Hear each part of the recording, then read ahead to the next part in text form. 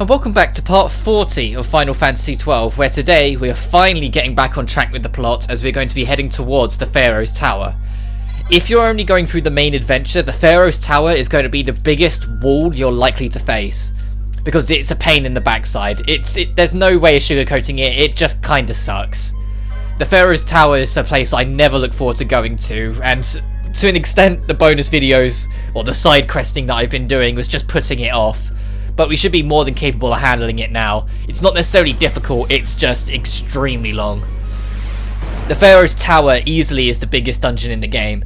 It's not the dungeon you'll spend the longest amount of time in, because that's on your second visit to the Great Crystal, your optional visit to the Great Crystal. But the Pharos Tower is going to introduce itself, so I'll let the cutscene play.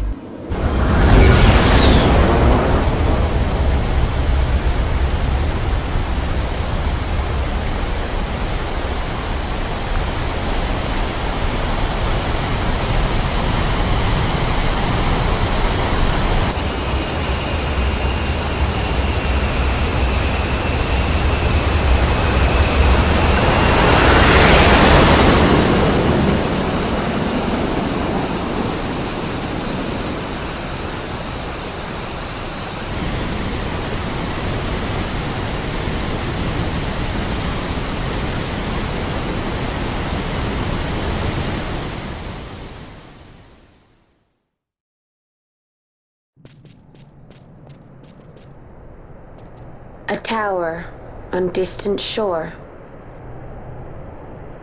and about its peak a piercing mist.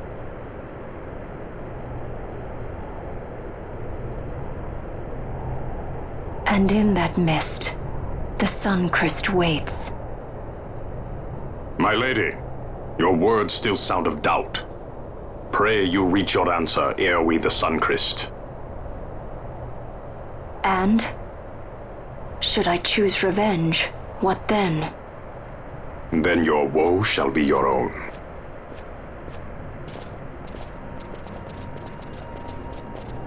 Vaughn, a word.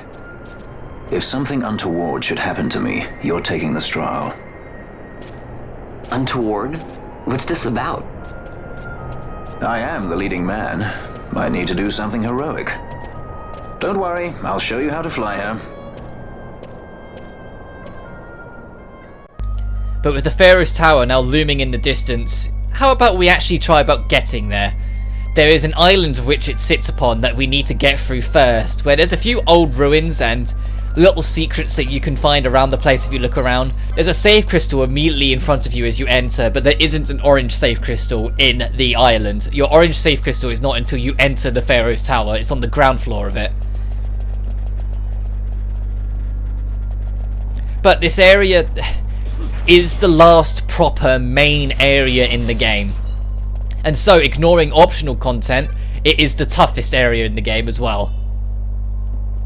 As you get the cleric robes, the traps will do 3,000 to 4,000 damage, so if you can help it, avoid them at all costs. Unfortunately the cleric robes aren't better than our current setup for anyone, I don't think. Well, other than Penelo, but you know, they just get backup pieces anyway. As you traverse through here, make sure to pay attention to one specific area that you don't even have to enter that exists. There is a Colosseum here. That Colosseum is going to be of importance to a super boss later on, but will currently be empty, so you can enter it peacefully. To find the Colosseum, you need to head south and curve round, because the path we need to take is actually north. The tower is at the northmost piece of this island. The music that is playing is actually exclusive to the Zodiac Age version. There are new music tracks added to the game in the Zodiac version of the game. One of them is the piece that you can hear right now. A very slow, somber, and kind of haunting to an extent piece, preparing you for the onslaught that is coming, because I've made no real attempt to hide the fact that I do not enjoy the Pharos Tower. There's 3 big areas of this game that I struggled to enjoy because they're either boring or overstay their welcome or just have problems. The first one was when we crossed the Sand Sea because I just found it boring for how long it was. The second is the Great Crystal, but that more so is for its second visit because of its maze-like nature. The third and final one is what we are approaching now. the Pharos Tower. But over here is your map for the Riddarina Cataract, so you can actually have a look at where you are and how small this area actually is. The Cataract isn't that big of a space, it's more about this Colosseum and just preparing you for the approach.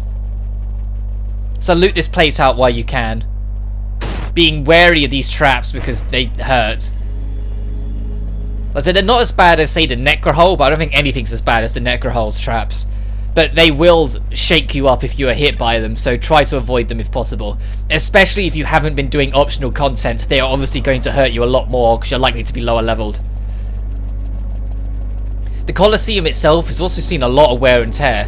Whatever happened to here definitely left its mark on it. Everything's broken away. There's optional paths that you can see round the back that aren't a part of the main map. There's history to this place. A lot of it too. And I've mentioned it before, but it's one of the most fascinating things about Final Fantasy XII. Every location you go to has a story. You might not necessarily get all the details, and some of them you really don't get much to work off. But there is a legacy of every environment you explore. Whether it's Nubble-Dees and how it was destroyed by the crystal, so you're going through the Deadlands that are left. And the Deadlands had hibernated all of its evils into one concentrated space, making the Necrohole. Or the Still Shrine of Miriam and its history and references to King Wraithfall, or more obvious, Wraithfall's tomb from way back when, where it was his final resting place after the Dynast King's journey had taken him everywhere it could. Everywhere in this game has history, and there's a story to it, and there's pieces of the lore you can learn, and it just does wonders for making me more interested. And it handles it a lot better than the very next entry in the series, Final Fantasy XIII, where 13 relies a little too heavily on just giving you data pads to explain everything instead of actually explaining anything in the story, or just letting you discover things as you go. You'll just do a new piece of the story and it will say data log updated, and you just go read it, and it loses any of the personal involvement. But then, listen, I'm one of the few people that actually doesn't mind 13. I won't turn around and say it's perfect or that it's great. It's definitely got a lot of problems, and there's a lot of things that they should have really thought about and done better before they decided to sell it. But I've always disagreed with it being a bad game. It is not bad, it's just okay. It's a decent game with problems. You just got to take it for what it is. But the way it explained its lore of the world was not handled very well, especially when 13.2 showed that they absolutely could have done it. 13.2 is such a fun game, and so much better than that. It's one of my favourite Final Fantasies in the series, easily my top 3. And it's just that one's the one that gets completely ignored because 13.1 was universally hated by everyone but me, it sounded like. But we are nearing the end of the Cataract. Like I said, compared to the areas we've been to, looking at how big the Cataract is must be a breather for someone. Like, if you're someone like me who kind of found some of the areas in the game, like when we was pushing up to Arcadia, as much as I enjoyed the Defiant Coast, it didn't need to be that big, and the Sheeta Uplands was definitely way too big. Some of the environments are so huge that seeing the Cataract be this reasonable is quite enjoyable. Some reason, that's the most evil line of traps possible, that it lines up with the crystal, but for some reason they kind of went overboard with that. Like, if you go out of your way to check them, yeah, they're all violent traps. None of them are going to help you or heal you. They're just there to be a menace. As you head up here, you will pick up Sweep, which I believe it is not. What is Sweep then? Sweep is a staff, okay, or a pole 6. When you read it, if a weapon is called Sweep and not like Sweeper, you've got to assume it's a technique, not a weapon. You can forgive me for that. But this is the Pharos at Riddarina, or, as it's better known as, the Pharos Tower, or Pharos Lighthouse if you want to go off what they called it literally once and then never again.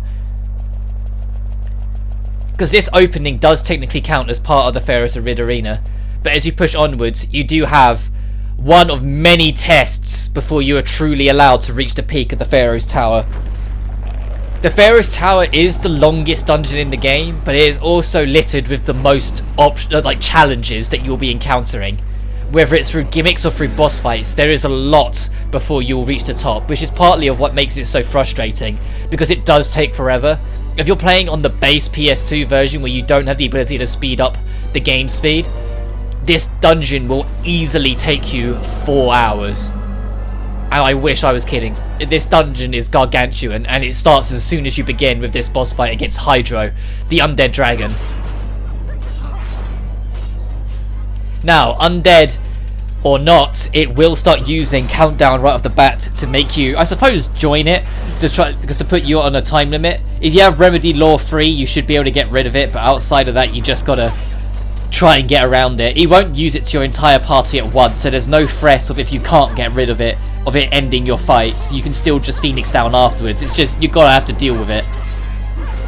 This thing is a little bit of a status condition king as well, but thankfully nowhere near as bad as a lot of the monsters we have dealt with. It's more focused on sap and poison than anything else, and if that doesn't work, countdown. But as you can tell, that guy died pretty quickly. This is only the first test of many, so it's not going to be that tough. It is going to pick up as we go on, especially as we get closer towards the peak. But if you haven't done all the optional content, this is probably going to be more difficult anyway. So if that's the case, the main thing you need to watch out for is that its main damaging attack is Darkga, tier 3 dark magic. So if any of your team have like light armor or holy armor, they're going to be taking double damage from darkness as a consequence. So make sure to not have that equipped. But that also means that if you have any holy weaponry, it will do more damage to it in response.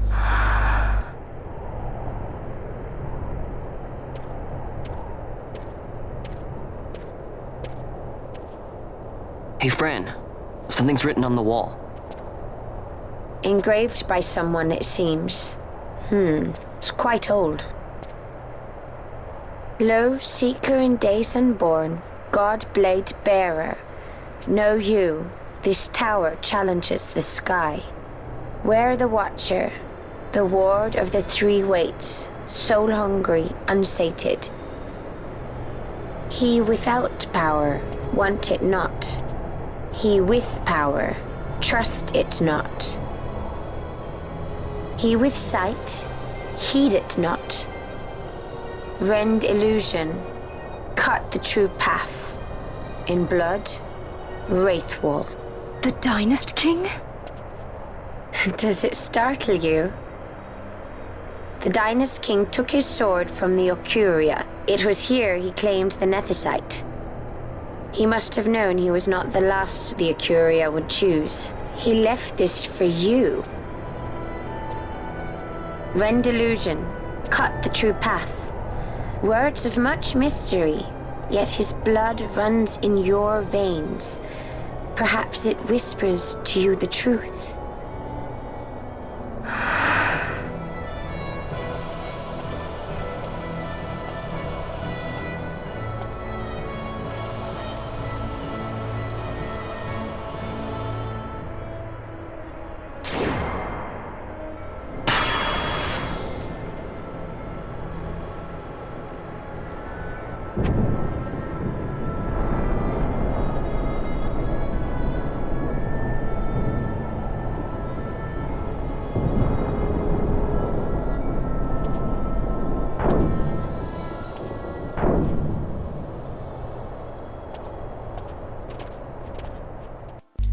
But after that cutscene finishes, you are now officially within the Pharos Tower. And I don't have to tell you, if you've heard anything about this game, people will talk about it and praise it, but then they'll eventually just slip a dig at the Pharos Tower. The Pharos Tower is gargantuan and it means business. As mentioned before, it can easily take you up to like 4 hours on the normal playthrough if you don't have the game running at a sped up pace. I managed to get this all done in, I kid you not, 3 videos. This is the first of 3 parts it's going to take us to climb this whole thing. But I do get it done in a pretty efficient speed. There are a couple parts where I end up dragging it out longer than I should have because I wanted to show off pretty much everything I could as we climb. But to give you the best warning of how big it is, look to the top right where our minimap is. Do you see where underneath it was telling us what floor we're on? Yeah, it is going to count what floor you are on throughout the entirety of this. Almost as if alerting you to how gargantuan this place really is. Now, it's not the end of the world. if I told you it's 100 floors, it's not exactly 100 floors. There will be set situations throughout here where you'll be skipping a couple floors. But it is still huge. It's not like, say, Shin Megami Tensei 3 Nocturne's final dungeon, where that was 666 floors. Because that was truly hellish. But this does suck. On this very first floor, you're not going anywhere if you're not picking up these black orbs. Every single enemy will drop them, but if you don't pick it up as soon as you can, they will fly away. As soon as you see the spark come from them, they are no longer able for you to pick them up. And you're going to see, at first, I don't really bother picking them up that much because I hadn't really thought too hard about the gimmick. I wasn't going to practice a dungeon that was going to take me several hours. I was just going to run with it and cut out any of the dead time. But these black orbs, you not only want to pick them up now, but if we're going for a more 100% or just doing some of the optional things, even after we're done with the main journey in the tower, we're not done with the tower and we're going to be needing these black orbs for future references. So get them as many as you can now to make the work later on less strenuous. Additionally, this is the biggest instance in the game, and really the only real one you're going to find, of fake walls. There are going to be some walls that if you approach, you'll see a little exclamation mark appear on, and you'll be able to interact with them to reveal the secret path. So that is why, throughout the entirety of this, you're going to see me every now and then rub my character against a nearby wall if it looks suspicious. Because more often than not, there is a chance that it could be exactly what I fear it to be, which is a hidden secret. Especially because some of said hidden secrets are lead to things that you might want. In fact, one of them leads to Flare. You know, the single target version of the strongest spell in the game, and a mainstay almighty spell of the series. Yes, you want that. There is some amazing loot in here. The holy spell is also in here, which I will point out where it is, but I don't pick it up now because, simply put, I didn't want to spend any longer in here than I had to. If there's something that I'd just come back for off camera, I would rather have done it off camera kind of thing. So I just go back for it and pick it up, but I do point out where it is. It's just we can't get to it. Which might not make sense if you're watching, because you're saying, well, hang on a minute, doesn't mean you have to climb the tower a second time. Once you've done the main climb, there is a lift that appears in the center block, allowing you to just dart up and down between the floors, making the journey far easier. So I'd rather just, instead of showing me running back and forth to solve a particular optional puzzle just to get the holy spell then and there, I just decided I'd come back for it when I can just tell you how it works, and then if you want to get it then you can, but there's no real use for it right now, so it doesn't matter. But if you stick to the southern field of it, this urn will give you access to your map. But pay attention to what it said. It said first ascent. It will only take you the map will only take you so far up the tower. The map will only take you to the end of the first ascent. The dungeon is split into 3 load zones, because you got like all the zones that count as this floor, but once you go past so many points, it will load in like it's a completely new area, because the dungeon is just that big. They have to put a load screen in the middle. Remember that one mission from Kid Icarus Uprising where they made a joke that because one of the levels was so long that halfway through it there was a load screen, and as soon as it come back it's like, wow, is that the only time we've ever had to do that? Remember that? Where it's kind of like that, but they do it multiple times. The second ascent, the third ascent, and the peak are all counted as different areas. But the peak is only on technicality, because you're only there once and then it gets locked off. Like it's a plot area, you only visit it the once. Once you've done what needs to be done at the peak, you'll never return. There isn't a map for the peak, and it's literally just one room. But it still loads in as a whole new zone. Over here's the Hermes Sandals if you want haste. And in the back door here is the Threshold of Night. You won't be able to open this door right now, but you need to, involving these black orbs you've seen, even though they're blue. So I know they're called black orbs to give you, because they're more accurate to call them black orbs in terms of the setting of the dungeon, but I also get why they're actually just blue, because then they're easier to spot. Because I can imagine if they're black in this scenery is pretty dark and mouldy and gritty. It's not going to be easy to see anything. Everything's got a damp vibe to it. The only thing that makes the first ascent relatively bearable is that I actually like the music. It feels like a growing challenge, like an impending flight is approaching. And the reason why I compliment only the first ascent is because the second ascent theme, when we get to it, it feels like it's more just about hammering in how big the dungeon is.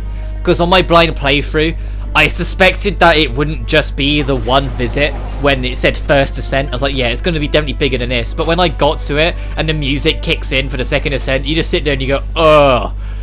But then it gets worse because the third ascent is a thing and carries on. Which is probably more brutal because the game actually does... It builds up the end of the second ascent to make you think it's the end. And then it's not. And then it just continues and you're like, that's just brutal.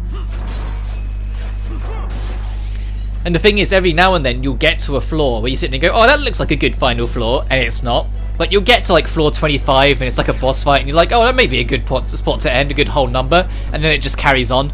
You get to like floor 60 and it's like, oh, you're approaching the end of an ascent. It's like, okay, 60 is a clean number. It's not necessarily like 50 or like that, but it's still a smooth number. That's a good place to, oh, it's carrying on still. But the main thing you're looking for are these altars of night. There are several of them around the place that you need to be using these black orbs to interact with. You don't need to use many to turn them on to begin with, but you only need around 3 or 4, I think, to get them all. But the main reason why you're stockpiling them is for when we do our optional visit later on. Which, to be fair, our optional visit, unlike other optional dungeons that I've encouraged going to, this one doesn't lead to an Esper, but it does lead to a hunt. And so it will be worth doing anyway. It leads to an optional boss against something called the Phoenix, and it leads to a hunt against the Shadow Seer, which is one of the last hunts in the game you can do, and it's the only hunt that isn't mandatory for you to do to get Yzmat, the true final hunt of the game, just because the Shadow Seer is technically counted as a boss encounter and is kind of like question mark in how it's handled. Like, it's kind of quirky and different how they handle it, and so I guess they were just worried that something might not load correctly, or it might not function the way they wanted it to. Which, I've never had any problems with it, and I don't know if anyone ever has, but I guess just to be safe, they just made it so it's optional. Around the place you can find these cavern pillars that will not only warn you of your climb and how perilous your journey is, but will also give you a history on not only the Pharaoh's tomb, but the Ocuria as well. The godlike beings that have instructed us to come here in the first place, to take shards from the Sun Crest to use against the Empire to take back our home. But doing that, we know, would only be playing into the Ocuria's hand, and if there was any doubt, it was the fact that King Wraithwall knew that someone else would be coming after him, that the Ocuria would send more, and so left that note at the front door that Fran read aloud. The Ocuria want to weave fate to their fashion, to make it work for them and them alone, so they are in control of humanity's fate throughout humanity's path through life and history. I did just cut to the altar by the front entrance because I'd already shown off everything, and I'm going to cut again, get back to that door just on the other side of this to turn on the last one. But if the Ocuria are trying to bend history to how they see it, should we really only carve a small shard off of the Sun Crest? Wouldn't it be wiser to destroy it? To make it so then they can never have control of humanity's history again, or the Hume's history again, to use the correct terminology in this game. But then if we do that, we'll be playing into Venar's hand, because that is also what Venar wants, and that is why he's working so closely with Cid and Lord Vane. Because Venar believes that those two to be the successors of humanity, or the Hume's true freedom. To make it so the gods no longer have control. That's why Venar is the heretic that left, and why the rest of them hate Venar. Despicably hates Venar, because he's the traitor in their eyes, even though he's just trying to do his best for the rest of the world. Which kind of brings in a moral grey, because then he's not a villain. It's just Vane and Cid are villainous. But once you've opened those 3 crystals, the door of night, well, the threshold of night, will now be unlocked, allowing you to enter. Within the door is a portal that will activate immediately, pulling you to a foreign realm. Here. You are free to look around as much as you see fit, but you will not be able to go far. Because as you can see, it won't let you. If you go the wrong direction through here, it will take you back to the start at a moment's notice. The hint is that one of these rocks is actually a boss. but only one of them is the actual boss, the rest are just standalone rocks. So traverse as you see fit until eventually you stumble upon the correct path. You'll know when you got it because this little scene will take over.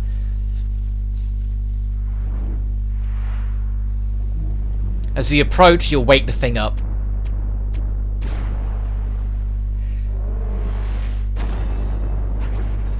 And you'll get introduced to the first of many Pharos challenges. Meet Pandemonium, in reference to the final dungeon of Final Fantasy II. Pandemonium's biggest struggle is that its defense will continue to increase as the fight goes on, starting now. So as you can see, it's made itself immune to not only physical attacks, but magic as well, grinding our efforts to a halt immediately.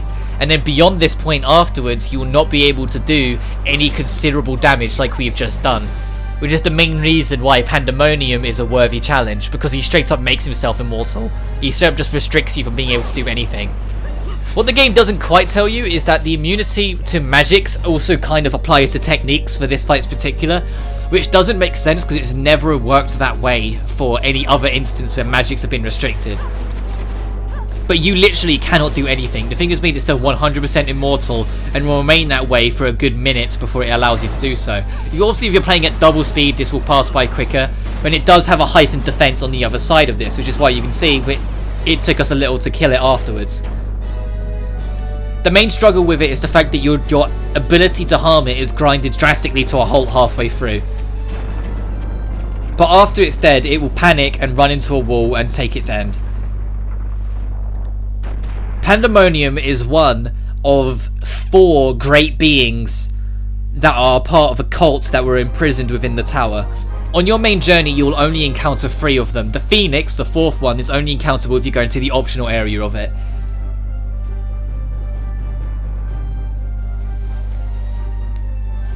But that is thankfully it for that first bit.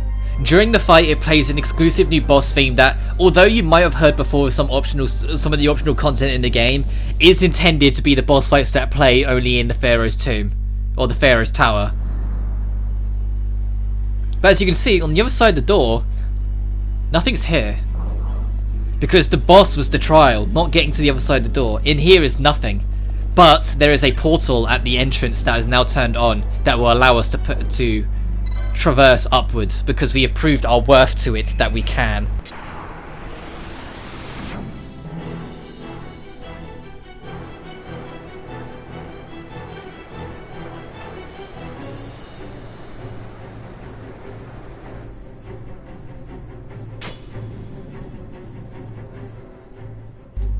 As our journey continues, we are now in the Wellspring Ravel First Flight.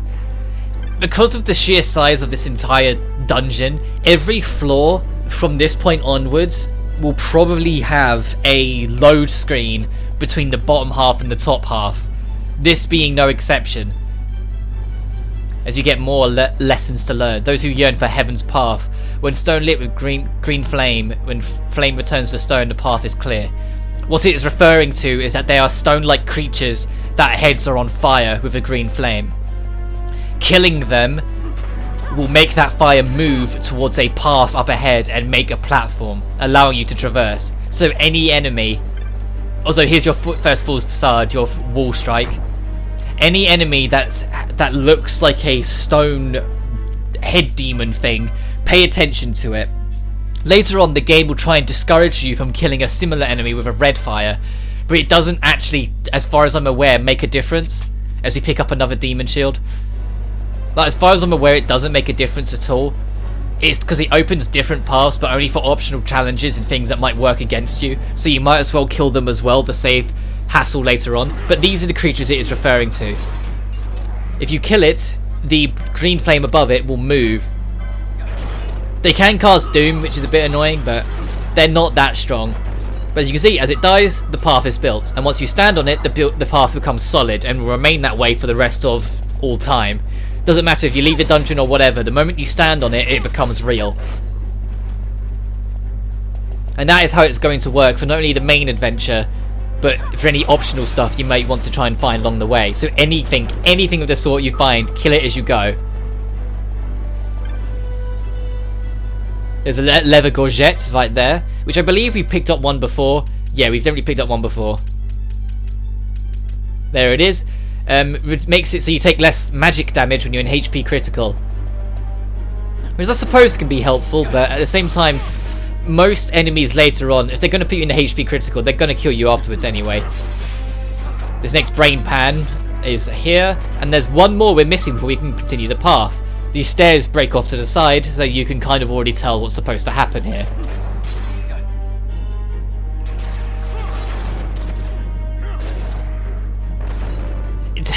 It's going to get more and more difficult as this goes on to talk about this place. Also, I don't find the Pharos Tower interesting. I like the idea of it, and to an extent I don't hate it, because I think it is a good idea to have a like really large final test of some kind.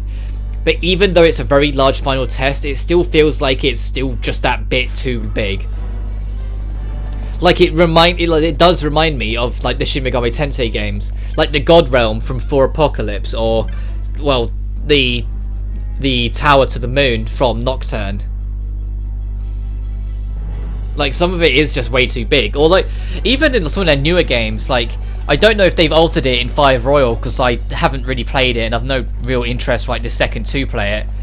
As much as I love Persona 5, and I really love Persona 5, I have no real interest to pay full price for the director's cut yet. I'll get around to it, especially when I found out that the nurse has got a new voice actress for the English VA, and she sounds like really energetic and happy, and she was supposed to be the goth chick. It just seems weird. Like, that's going to be an adjustment. But I'm getting off topic. Even Persona 5, the Ship of Pride at the end, that was way too big for its own good. That dragged. As much as I love Persona 5, that last dungeon took a while. That and Akumura's Palace, when it was the spaceport.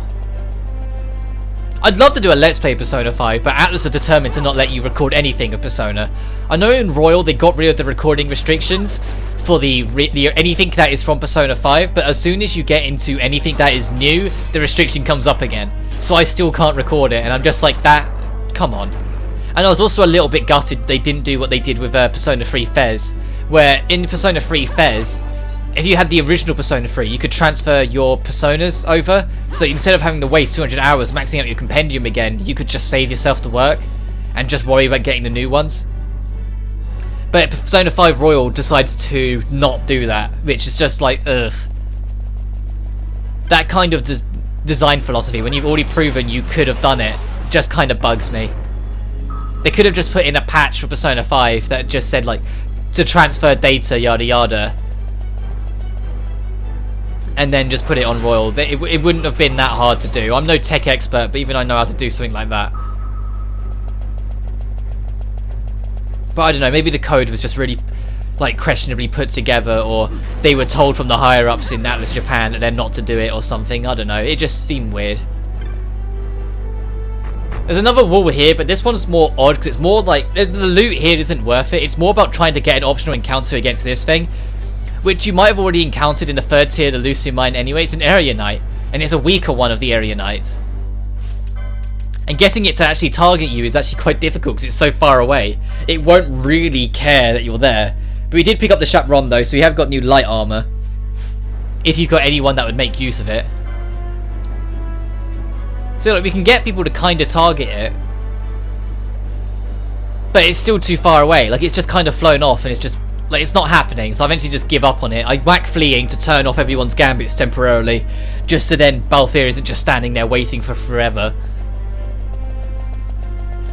And as you push up here, there should be 3 more deadpans to, or brain pans even. I keep on going to call them deadpan, but no, that's the wrong word. They will sometimes buff themselves as well, just to make them die longer, but there's never anything dangerous. It's just defensive buffs they usually throw on themselves. But as you can see, once you get here, there is another path to the right that we can't get. That is entirely optional and is for equipment. And so I eventually decide to not go for it, despite the fact I actually come back through here to try and find more brain pans to kill. None spawn, and so I couldn't get it to open. So I don't know if I'm missing something, or if there's something else you're supposed to do on that floor to get it, but it just wasn't happening for me, so I just let it go. It's not anything that we need that I'm aware of.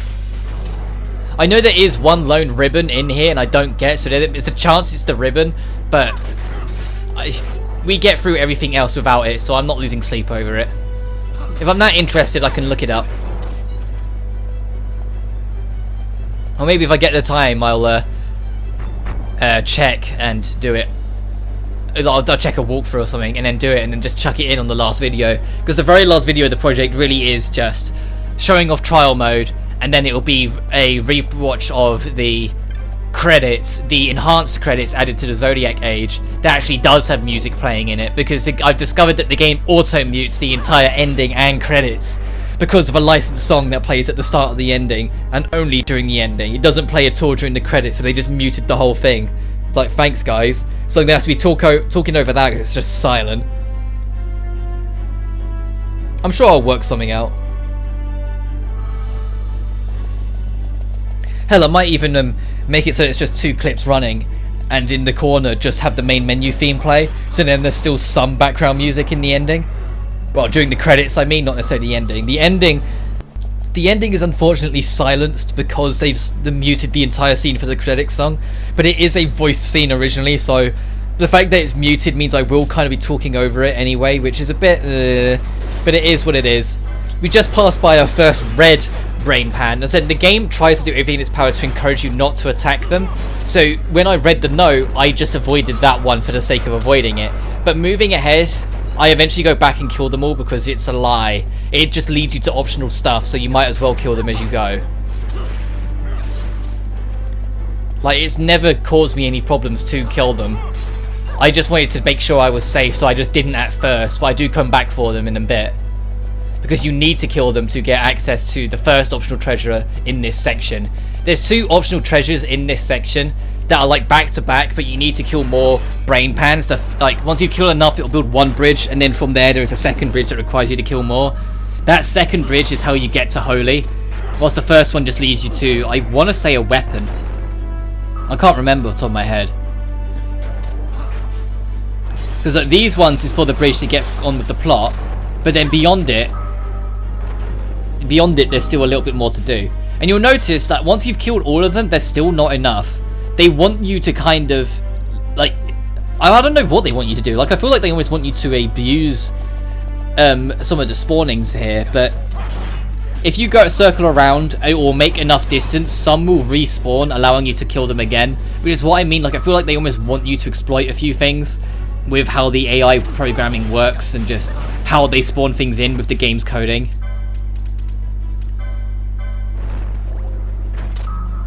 Which I think eventually results in me cutting until they've done with them, just because it wasn't working in my favour. Yeah. Once you've eventually got through and killed them all, you can open this path, and instead of turning completely, doing a U-turn to the next zone, right in front of you is your next bridge. If you kill red ones, that bridge will open, allowing you to push onwards, like so. Which will then lead you to a fool's facade, which will lead you to a treasure, and then there'll be another bridge to your immediate left that requires you to kill more red ones. There you get the Gungnir spear, you know, Odin's spear. That over there is where Holy is. You need to get some red ones and then come back for it. But as you can see, I say nah, and just come back for it later, because I knew I'd get it eventually, and because we'll have the ability to just warp here, essentially, with the lift in the middle, it's not much of a hassle to come back for it, so I just ignore it for now and come back later. But if you want the Holy spell now, you need to go back a few floors to reset the spawns and kill some more red ones until you fill up that bridge. Because killing these red ones on approach won't make a difference. Because it's not like connected to the area. They don't go backwards, they only count for areas ahead of you, not behind you. So now you can see I don't care, I'm killing all of them because I know better now.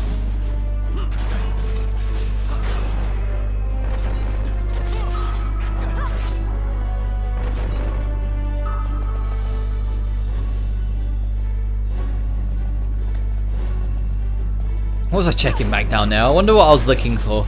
Maybe I was trying to see if I could, if it had affected the bridge below us at all when we went into that area.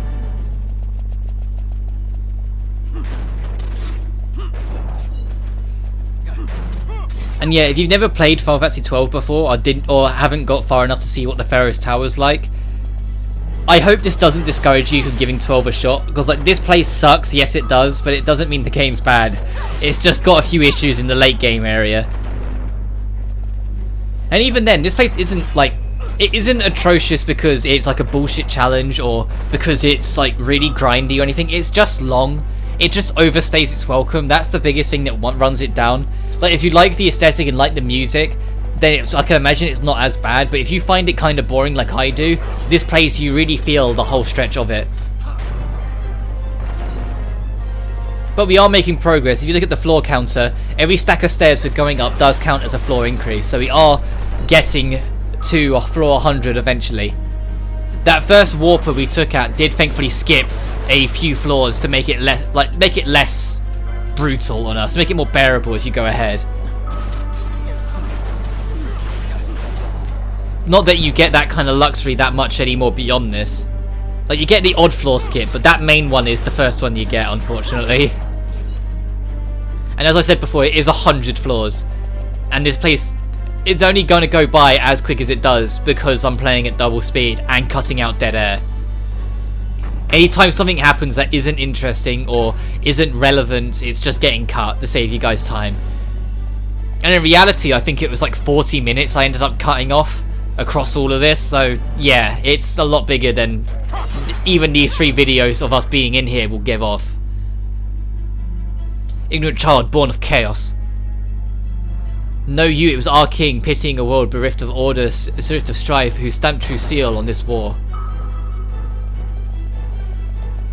Also, after the ground floor, the black orbs, if you haven't noticed, stop spawning. They only appear on the ground floor and in the optional areas you'll be doing after you've done the main journey.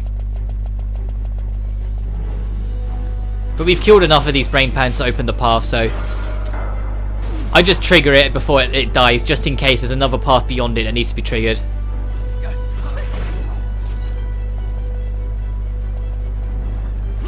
And here's your first area dike that you are likely to encounter, because it's just kind of there. And this one isn't like the others. This is a rare game enemy. This one just happened to spawn here. This is Vishyo, or Vishnu. Not to be confused with Vishnu. Drops a healthy amount of experience. It's a bit stronger and a bit bigger. That's how you know it's special. As we're now on floor 47. Entering floor 48. And yeah, this is still the first ascent. But we are approaching the end of the first ascent. Once you get to a floor where it's kind of just a circle on its own with a stair up to the next bit beyond it, it means it's relaxing for you to get you ready for the next challenge, to give you time to catch up. Ignorant child. Almost all of the pillars will insult you for daring to climb the place. It will essentially be saying, why are you doing this, if not to play in God's hand? You're only playing into the Accurious hands by going for the Sun Crest. You're only allowing them to maintain control of history. But here's your save spot. And it's not an orange save crystal, so you can't warp out of here. You got to accept that the only orange save crystal was on the ground floor. Ignorant child, blind whether you come and whence you game. It's the undying who straighten the weave, you tangle so, who choose to walk the path, so it has been and so it shall be. Also, that one's just the Accurious saying, no, we will always control history. No matter what you do, we will always have control. So it's going to shake them up a little bit if the Sun Crest then, you know, gets destroyed, because then they will lose control.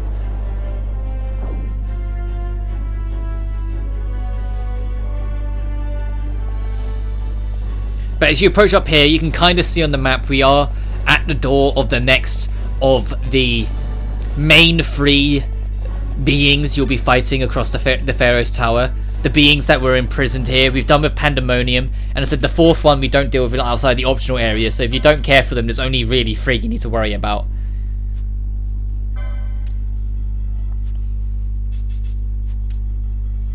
Oh, the black mask is better. Good. I'm glad we got that, so we can give the hairpin down to Pinello. Unfortunately, I never get the circlet, you know, like, or any of the best top level mystic armor, and I never really looked into how to get them. Maybe I should see if I can try and find them.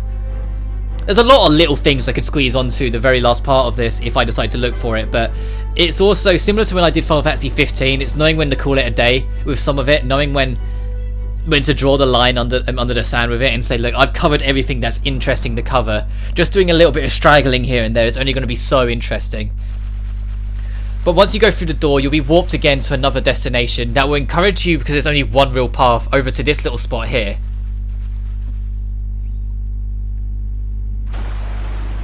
where our second of the 3 awaits.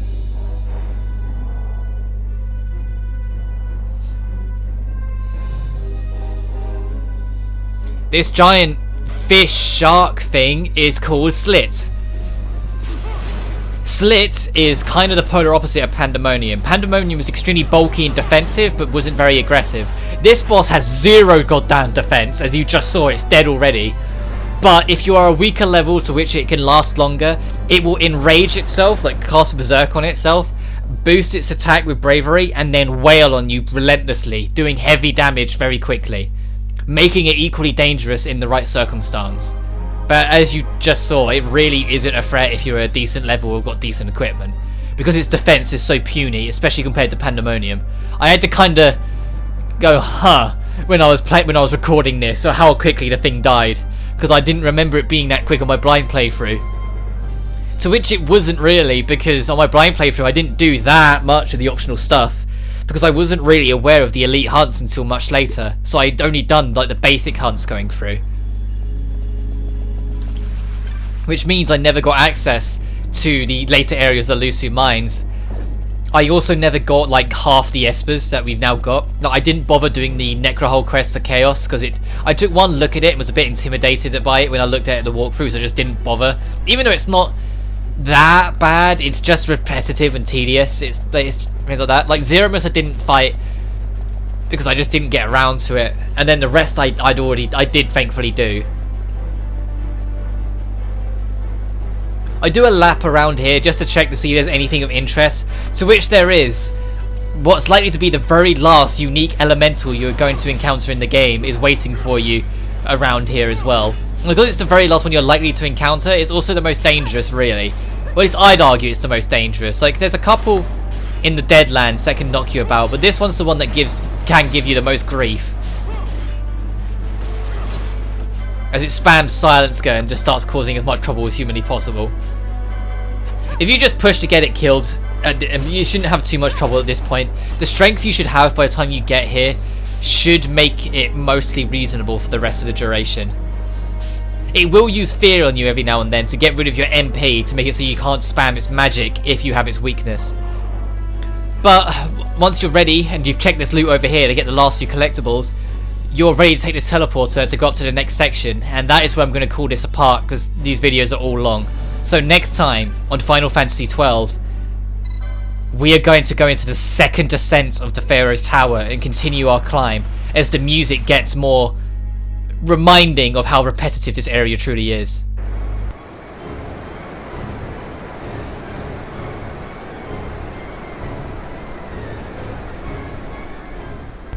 You take care now.